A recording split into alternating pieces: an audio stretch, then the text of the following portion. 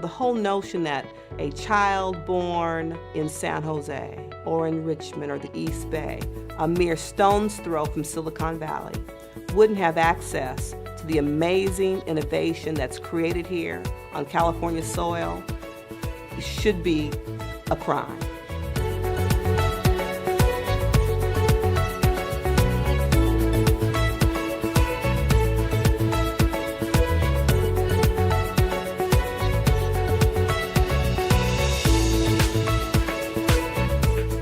Closing the digital divide is a fundamental civil rights issue from my perspective. In 2007, large numbers of our rural communities had no access to high-speed internet service, and major segments of California's population were not connected at home. In 2008, 55% of Californians were connected at home, the same as the national average. But only 33% of low-income households, 34% of Latino families, and 36% of people with disabilities were connected. There still is the equivalent of 6 states on the East Coast that are unserved in California. Many of our telecoms are reluctant to go out into our rural areas. If you go out to King City in the Salinas Valley, there is no Comcast, there is no AT&T, there is satellite. That's $90 a month. 768,000 households, 2.2 million people, had no access to broadband infrastructure. The population of the state of New Mexico spread out over 44,000 square miles, the size of the state of Kentucky. Almost 13 million people were not online at home, greater than the total population of the state of Illinois. We're talking about people in areas in center cities where there's poverty. In Los Angeles County, the most populous county in the nation, less than half the residents were connected. 1.9 million people with disabilities were not connected, the population of Nebraska. The road to independence and the road out of poverty for any community is the ability to find employment. And if we don't have access to the internet, we're not going to get there. People who use the internet to find a job find that job much more quickly than people who don't, and they keep that job much longer than people who don't. There are areas in tribal communities that still don't have telephone, that still don't have electricity in this state. So we have a long road to get some of those communities online. 680,000 Native Americans were not connected, the population of Vermont. More Native Americans reside in California than any other state, mostly in urban, poor neighborhoods. California has 109 federally recognized tribes, many with remote tribal lands with little broadband infrastructure.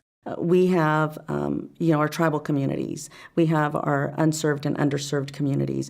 And trying to really reach out to those communities is really difficult. We really need to focus on how are we going to get additional funding? How do we really work together? If you only could invest in one thing to help rural areas, what would you invest in? And my answer was rural broadband infrastructure. Technology is going to help farmers get through the drought, deal with climate change, strengthen the environmental footprint of agriculture, and increase profits. It's actually how we're going to feed the world. The governor and legislature formed the California Broadband Task Force. The California Public Utilities Commission established the California Emerging Technology Fund as a public benefit from mergers in 2005. Together, California leaders developed a plan for action. The California Emerging Technology Fund is a unique organization in the nation. Only California has a statewide nonprofit with the mission to close the digital divide by addressing the challenges of both supply and demand of broadband infrastructure to accelerate the use of technologies enabled by high-speed internet access. One of the most important roles that CETF has served is to really bridge policy and practice, to extract public benefit from the mergers of telecommunications companies and make sure that that public benefit goes to communities most in need, low-income communities, multilingual communities, immigrant communities, to bring the benefits of digital learning and digital connectivity to children, families, parents, and workers. It is the role of CETF to narrow that digital divide and make sure that everybody has access to technology. CETF has really provided that blueprint. It's brought amazing teams together it really has made the impossible possible when it comes to deploying broadband to areas that just really were not even on the map for elected officials and policymakers. Lots of people talk about using metrics, but it's really hard to ask, are they doing what we're hoping they're going to do? Are they reaching those outcomes? CETF has really walked the walk and is absolutely a national leader. We set overall big goals to achieve in a decade of deployment of broadband to 98% of all households and adoption by 80% of all households so that 4/5 of all Californians would have high-speed internet service at home. The most important accomplishment for CETF has been educating the public and communities and the individuals about how important it is to have access to broadband. I feel that their most significant accomplishment has been to bring access to computers and access to technology to inner city schools, as well as ensuring that public housing buildings are also wired for the internet. That's part of our smart housing strategy. CETF has convened people, has leveraged resources, and has moved projects forward that never would have happened if we didn't have an organization that was solely focused on bridging the digital divide in the state of California. CETF gives us great technical assistance, advice, news. They provide model programs, they provide model policies, and stress the importance of having strong broadband capacity and speed to spur economic development and job creation.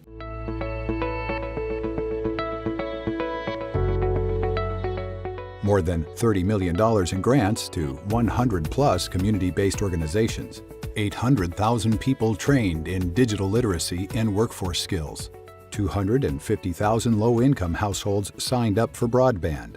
CETF has become the voice of California for broadband and for bridging the digital divide. It is creating enough focus both within government, within academia, and within civil society to get people to focus on what needs to happen in the world of broadband.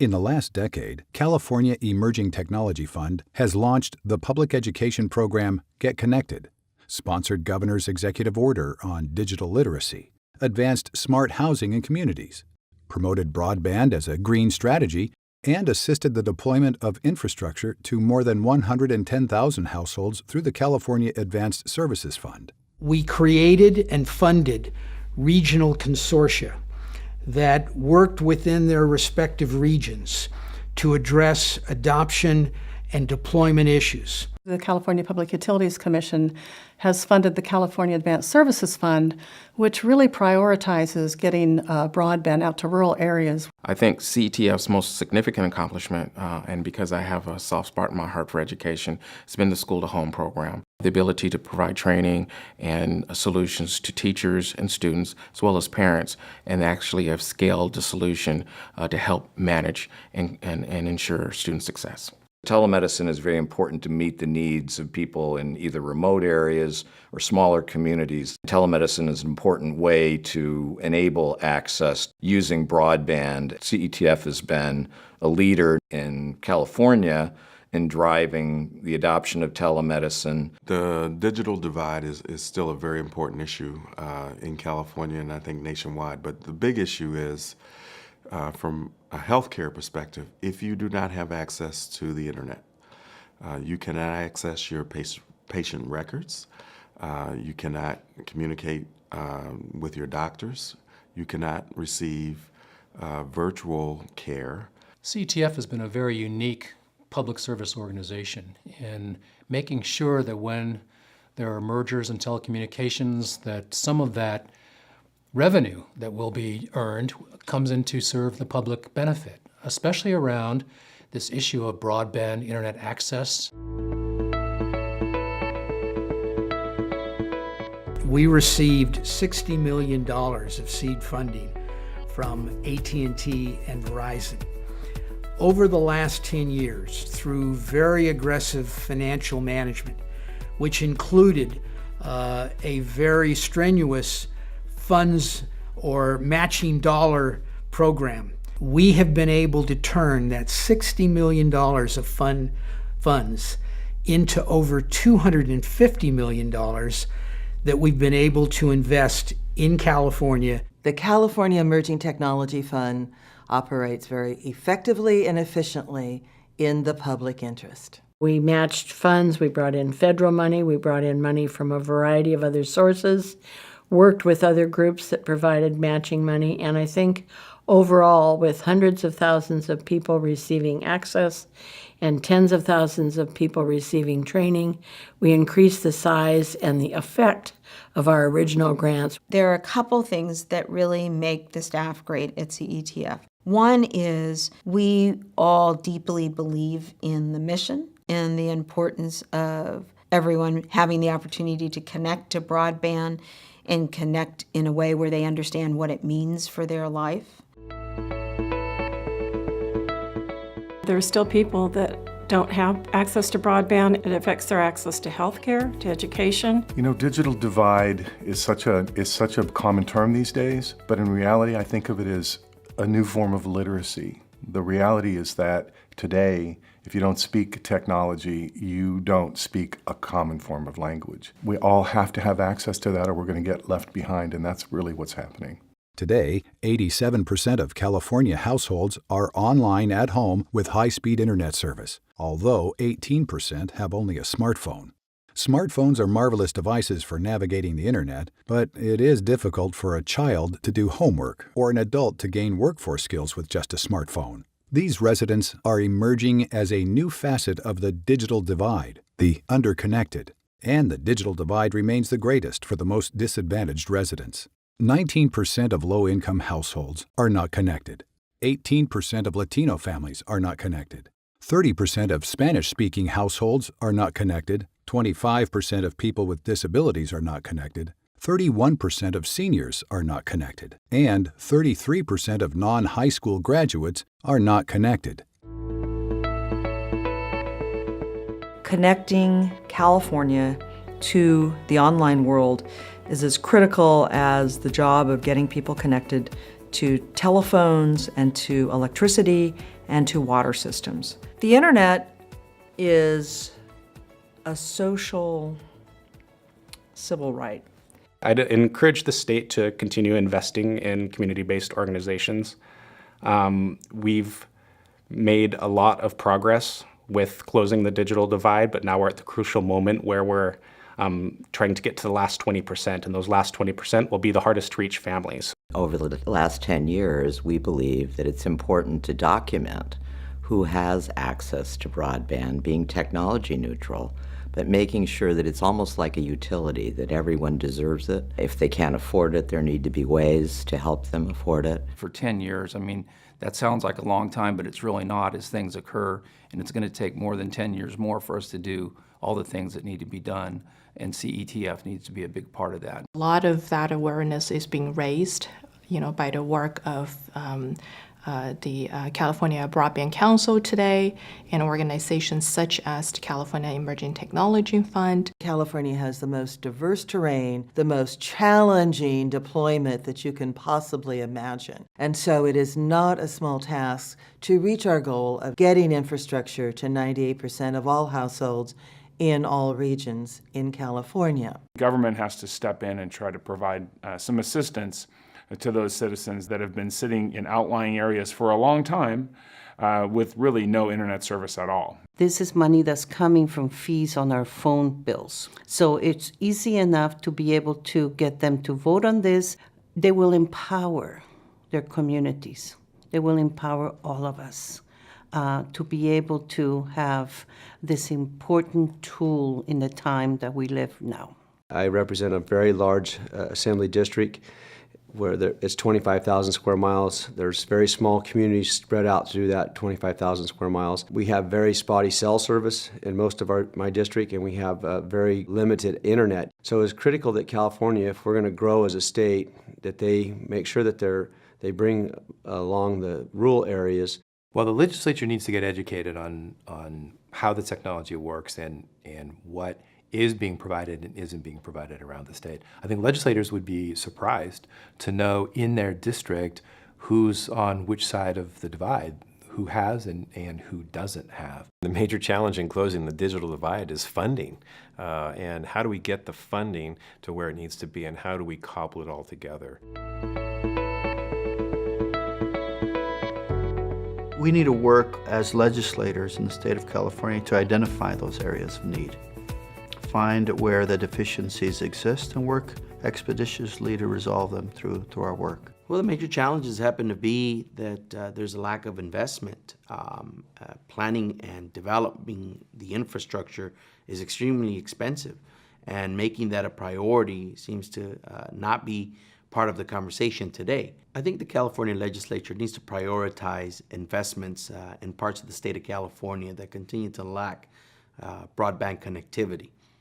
The benefit from this will be not only seeing job growth, but also business growth, and at the same time preparing children for the 21st century educational opportunities. Closing the digital divide, there are many challenges, but most of which is money. The legislature can do a couple things. Number one, raise the profile, raise the level of awareness, not only in the legislature, but throughout the districts that we represent. Well, the major challenge in closing the divide is cost. We need money to do the startups and lay the fiber optic lines. We need the money to speed up the lines. I don't think any of us who've had access to rapid communications technology would go back to the dial-up days. The state has not done enough to make sure we're inclusive. A lot of kids are missing out on that. They go to these poor neighborhoods. They don't have broadband. They don't have cable access or internet access. We've got to change that. Although there have been impressive gains in digital inclusion in the last decade, too many Californians remain stuck on the wrong side of the digital divide. 43% of rural California has unreliable high-speed internet service. 30% of all Californians are unconnected or underconnected. That's why the California Emerging Technology Fund continues to work to close the digital divide as the sponsor and leader of Internet for All Now. The California Emerging Technology Fund thanks and salutes the community leaders and legislators who are dedicated to closing the digital divide in California. In 2017, the legislature overwhelmingly passed with bipartisan authors and votes the Internet for All Now Act of 2017, and Governor Jerry Brown signed it into law. It provides the foundation for working together to finish the job of closing the digital divide in California.